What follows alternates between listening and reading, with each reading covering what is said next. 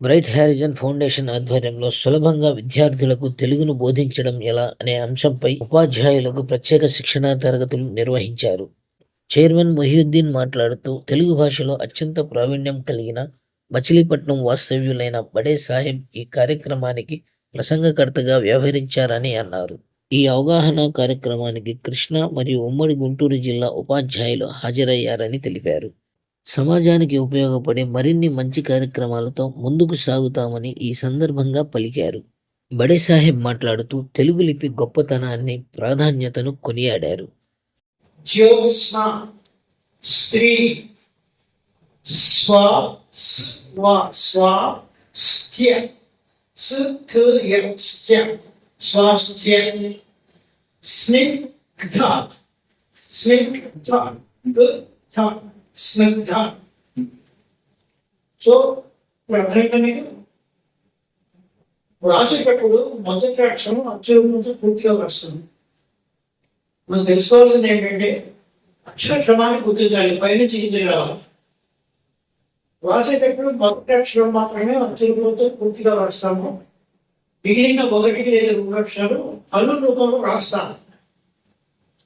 పలికేటప్పుడు చదివేటప్పుడు రెండు అక్షరాలు అయితే మొదటి అక్షరం, మూడు అక్షరాలు అయితే మొదటి రెండు అక్షరాలు హల్లు రూపం, చివరి అక్షరం మాత్రమే అక్షరూపంతో పూర్తిగా ఒకే శ్వాసలో పలకాలి, చదవాలి. నమస్కారం, నా పేరు మొహియుద్దీన్, బ్రైట్ హారిజన్స్ ఫౌండేషన్ యొక్క చైర్మన్ మాట్లాడుతున్నానండి. ఈ రోజున ముఖ్యంగా ఈ కార్యక్రమం ఏంటంటే తెలుగు లిపిని సులభంగా నేర్పించడం ఎలాగా అనే విషయం మీద మేము ఈ కార్యక్రమాన్ని ఆర్గనైజ్ చేయటం జరిగింది. ఇందులో ముఖ్యంగా షేక్ బడే సాహెబ్ గారు మచిలీపట్నం వాస్తవ్యులు అన్నమాట. 77 సంవత్సరాల వయసు ఉండి ఆయనకి మంచి టాలెంట్ ఉందన్నమాట. టీచర్స్కి ఏ విధంగా మనం నేర్పిస్తే తెలుగు లిపిని సులభంగా పిల్లలకి ఎలా నేర్పించాలి అనే దాని మీద అతనికి చాలా అనుభవం ఉంది. కాబట్టి వారి యొక్క సహాయంతో ఈ కార్యక్రమం చేపట్టడం జరిగింది.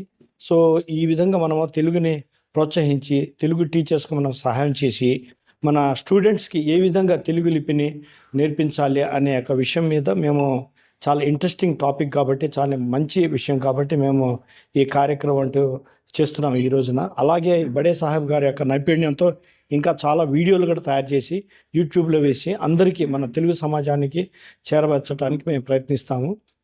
అదేవిధంగా చాలామంది విజయవాడ నుండి, చిలకలూరుపేట నుండి, సత్తెనపల్లి నుండి, నర్సాపేట నుంచి చాలామంది రావటం జరిగింది. మున్ముందు కూడా ఇదే కార్యక్రమాలు ఇంకా చేపట్టాలని మేము ఆలోచిస్తున్నాం. తెలుగు మన భాష, మనందరి భాష, మనం అందరూ గర్వించాల్సిన భాష. ప్రపంచవ్యాప్తంగా 8,000 భాషలు ఉంటే, మాట్లాడే భాషలు, అందులో 6,000 భాషలకి లిపి ఉంటే, మన తెలుగు లిపి రెండో అందమైన లిపిగా పేరు పొందింది. మనం అందరం గర్వించాలి ఈ విషయంలో. మొదటి స్థానం కొరియా భాషకి వచ్చింది, కానీ రెండో స్థానం మన తెలుగు లిపికి అందమైన లిపిగా పేరు తెచ్చుకుంది. అది మనం అందరూ గర్వించాలి.